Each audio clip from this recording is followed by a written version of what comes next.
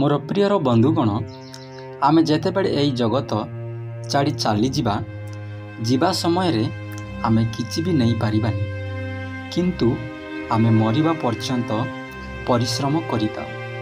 गोटे मनीष बंचिथिबा समय रे ताकू कौन कौन आवश्यक पड़िताए ना खाइबा पाई खाद्य, पिंधिबा पाई वस्त्र एवं रहिबा पाई गोटे छोट घर आवश्यक पड़िताए।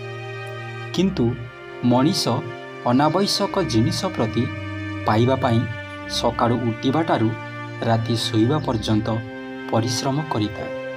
ताहा भी केमिति परिश्रम करे ना अधिकरू अधिक धन संपत्ति पाइबा आशारे अन्याय रे अधर्म रे अनेक भूल कार्य द्वारा धन संपत्ति को अर्जन करिताए।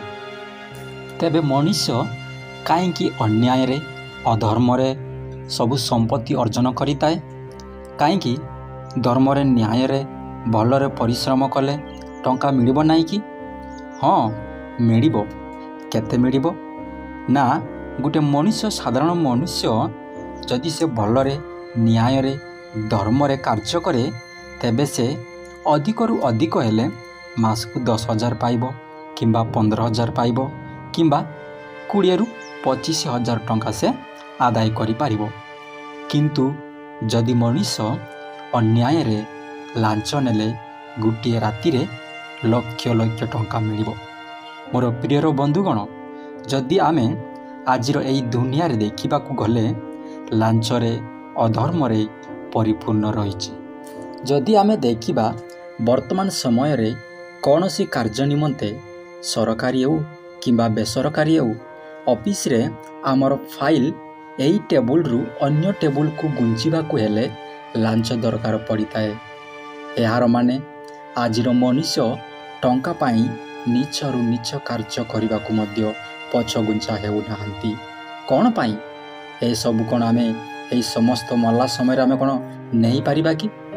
प्रियर बंधुगण पवित्र बाइबल रे कहे धार्मिक आपनार तृप्ति पर्यंत काहे। आमे माने न्याय रे टंका अर्जन करिबा सेतिरे आरोग्य रहिछि। आमे माने जदि धर्म रे संपत्ति अर्जन करिबा सेतिरे आशीर्वाद रहिछि एवं समस्त कार्य न्याय रे धर्म रे भल रे करिबा द्वारा परमेश्वरंकर दया आम मानकर सहित आम मानकर परिवार रे सदा सर्वदा रहिबो। किंतु आमे जदि अन्याय रे चलिबा, अन्याय रे अधर्म रे अर्थ धन संपत्ति अर्जन करिबा, अन्य माने जो बाटर जाउछंती आमे मध्य सेमानंक सहित आ मिसी सेमानंक उपर जदि आमे अन्याय रे धन संपत्ति अर्जन करिबा ताहेले आमे असारता बाटर जाउछु। सेमानंक निकट रे कार अछि, सेमाने समस्ते अन्याय रो अर्थ रे अन्याय रो टंका रे कार किनिचंती, मु मध्य सेमानंक परि कार किनिबी। सेमाने टंका द्वारा धन संपत्ति द्वारा सेमाने अनेक प्लाट किनिचंती, अनेक घर द्वारा करि अछंती, आउ सेमानंक परि मु मध्य किनिबी बोली जदि आमे सेमानंक सहित समान हेबा तेबे आमे माने असारता पतरे जाउछु।